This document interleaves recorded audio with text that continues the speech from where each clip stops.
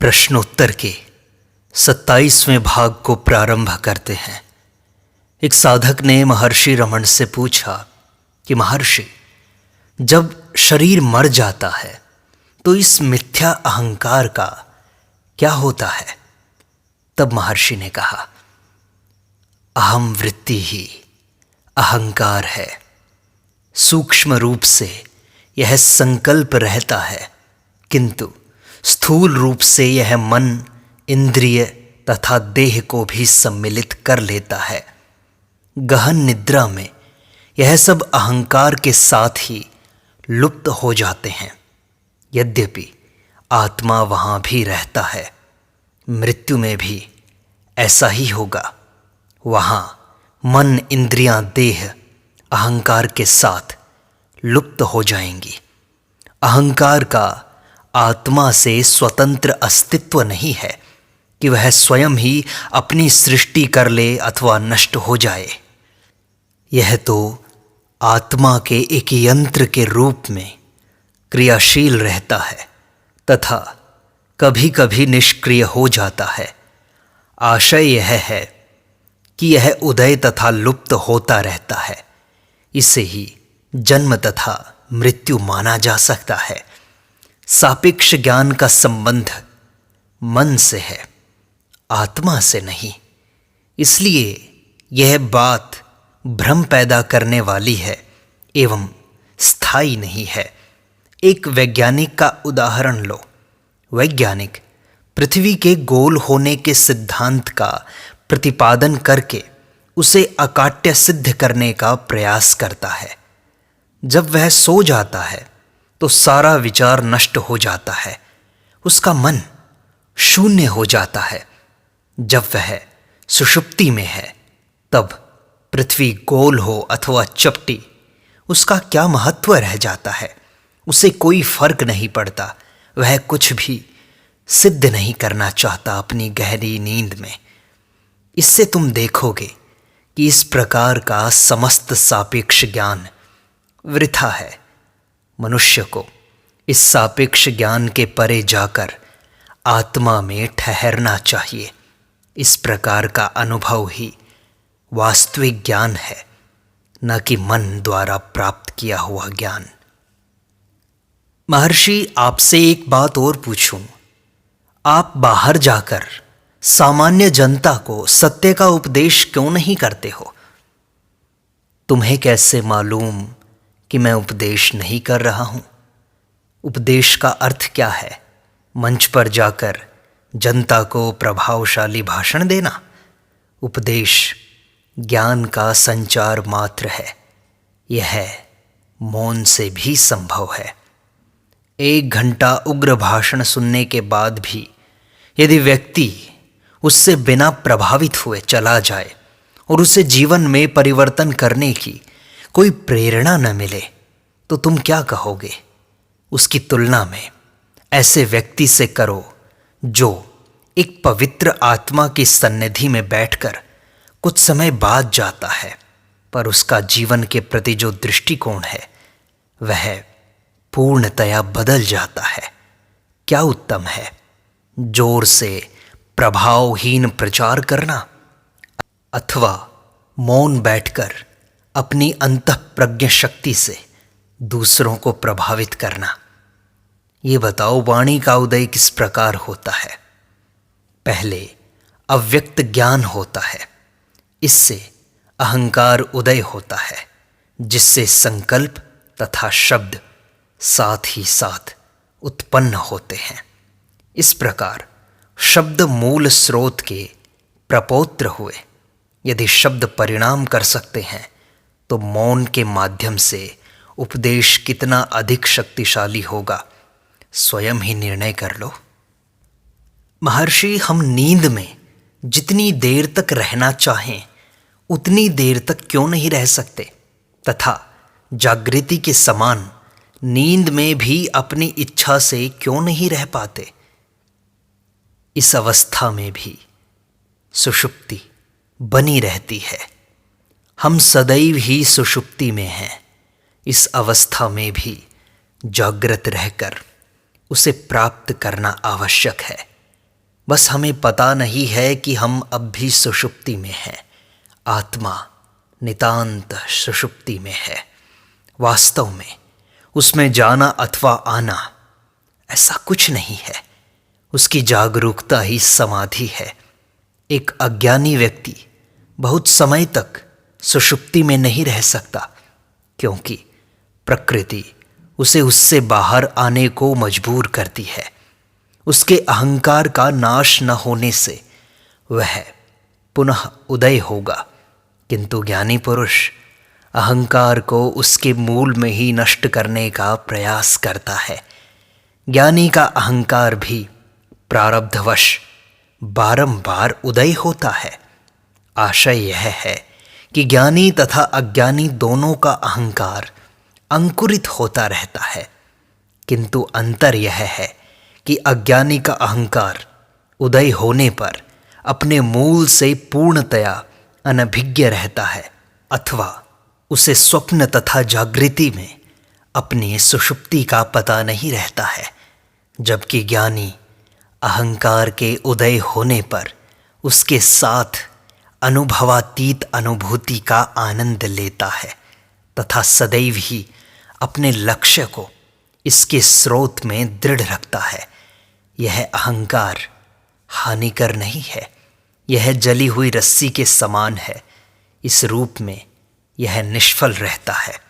अपने लक्ष्य को निरंतर अपने मूल स्रोत में रखने से हमारा अहंकार मूल में ही विलीन हो जाता है, जिस प्रकार की नमक की एक गुड़िया समुद्र में विलीन हो जाती है।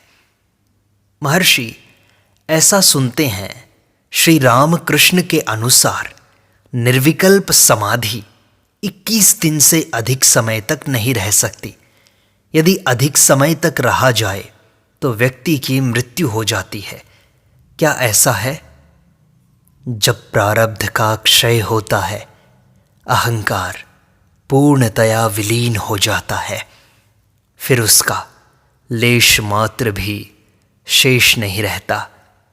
यह अंतिम मुक्ति है। जब तक प्रारब्ध संपूर्णतया नष्ट नहीं होगा, तब तक जीवन मुक्त पुरुषों में भी अहंकार शुद्ध रूप में पुनः पुनः उत्पन्न होता रहेगा। 21 दिन की अवधि संबंधी कथन में मुझे अब भी संशय है। ऐसा कहा जाता है कि 30 अथवा 40 दिन उपवास करने से व्यक्ति जीवित नहीं रह सकता, किंतु अधिक दिन तक उपवास करने वाले व्यक्ति हैं, जैसे 100 दिन तक। आशय यह है कि उनका प्रारब्ध अभी तक शेष है। महर्षि, फिर साक्षात्कार कैसे संभव है? पूर्ण आत्मा से अग्नि की तरह एक चिंगारी निकलती है। इस चिंगारी को अहंकार कहते हैं। अज्ञानी व्यक्ति का अहम भाव उदय होते ही किसी दृश्य से तादात्म्य कर लेता है। उसने दृश्यों से जो तादात्म्य कर लिया है, उनसे वह स्वतंत्र नहीं रह सकता। यह तादात्म्य अज्ञान है, जिसका नाश करना हमारे प्रयासों का लक्ष्य है। यदि उसकी तादात्म्य की प्रवृत्ति को समाप्त कर दिया जाए तो अहंकार शुद्ध रहता है और अपने मूल स्रोत आत्मा में विलीन हो जाता है। शरीर के साथ मिथ्या तादात्म्यता को ही देहात्म बुद्धि कहते हैं। इसके नष्ट होने के बाद ही उत्तम परिणाम आएंगे। तो महर्षि, इसको नष्ट कैसे किया जाए? हम सुषुप्ति में देह तथा मन से संबंध हुए बिना रहते हैं, किंतु अन्य 2 अवस्थाओं में, जैसे जागृत एवं स्वप्न में, हम इनसे संबंधित रहते हैं। यदि हम देह से संबद्ध होते हैं तो हम सुषुप्ति में बिना देह के कैसे रहते? हम अपने आप को उससे अलग कर सकते हैं जो हमसे बाहर है, न कि उससे जो हमारा ही हिस्सा है।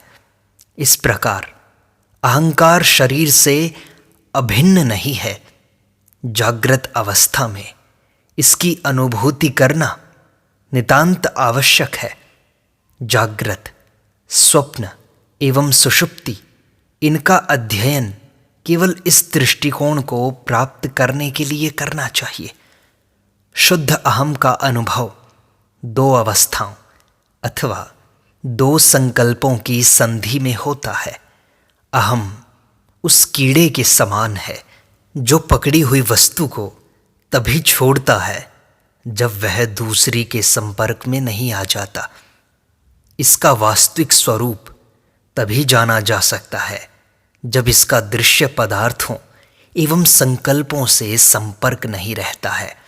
अवस्थात्रय जागृत, स्वप्न, सुषुप्ति के अध्ययन से जो विश्वास पैदा हुआ है उससे इस संधि काल का अनुभव करो। महर्षि, हम नींद में कैसे जाते हैं तथा फिर से कैसे जाग जाते हैं? रात्रि होते ही मुर्गी कुटकुट बोलती है और उसके बच्चे उसके पंखों में जाकर छिप जाते हैं। तब मुर्गी नन्हे बच्चों को अपनी सुरक्षा में लेकर रात्रि में घोंसले में सोती है। प्रातःकाल बच्चे तथा मुर्गी बाहर आ जाते हैं। मुर्गी से आशय अहंकार से है, जो समस्त संकल्पों को एकत्रित करके रात्रि में सोने चला जाता है।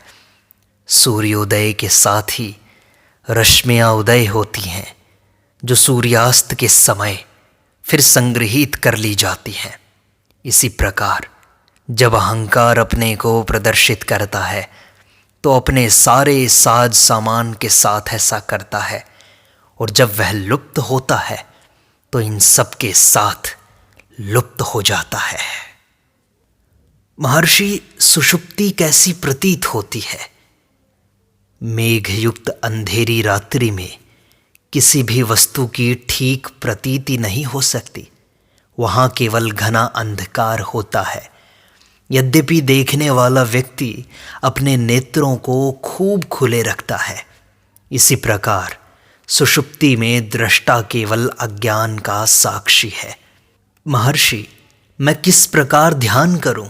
मुझे मन की शांति नहीं है। शांति हमारा वास्तविक स्वरूप है। इसकी प्राप्ति आवश्यक नहीं, हमारे संकल्प बस नष्ट होने चाहिए। महर्षि, उनको नष्ट करने का प्रयास करता हूं किंतु सफल नहीं हो पाता। इसके लिए गीता में बताया गया मार्ग ही एकमात्र साधन है। जब कभी मन चंचल हो उसे वापस लाकर ध्यान में लगाओ। महर्षि, मैं अपने मन को ध्यान में लगाने में असमर्थ हूँ। हाथी जब खुला होता है तब अपनी सूंड इधर उधर रखता है और बेचैन हो जाता है। यदि उसे एक लंबी जंजीर दे दी जाए तो सूंड उसे पकड़ लेती है और फिर उसे बेचैनी नहीं रहती। इसी प्रकार लक्ष्यहीन मन बेचैन रहता है। लक्ष्य हो तो वह शांत हो जाता है। नहीं नहीं, ऐसा नहीं है। ये तो एक सिद्धांत मात्र है महर्षि।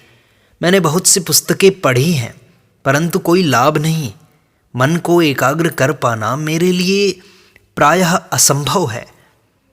जब तक पहले के संस्कार शेष रहेंगे तब तक एकाग्रता असंभव है। वे भक्ति में बाधा डालते हैं। महर्षि, ये संस्कार नष्ट नहीं होते और मैं अपने मन को एकाग्र नहीं कर पाता हूँ। अभ्यास तथा वैराग्य से होगा। महर्षि, क्या वैराग्य आवश्यक है? अभ्यास तथा वैराग्य आवश्यक है। विस्तारशील संकल्पों का अभाव वैराग्य है। केवल एक विचार पर एकाग्र होना अभ्यास है।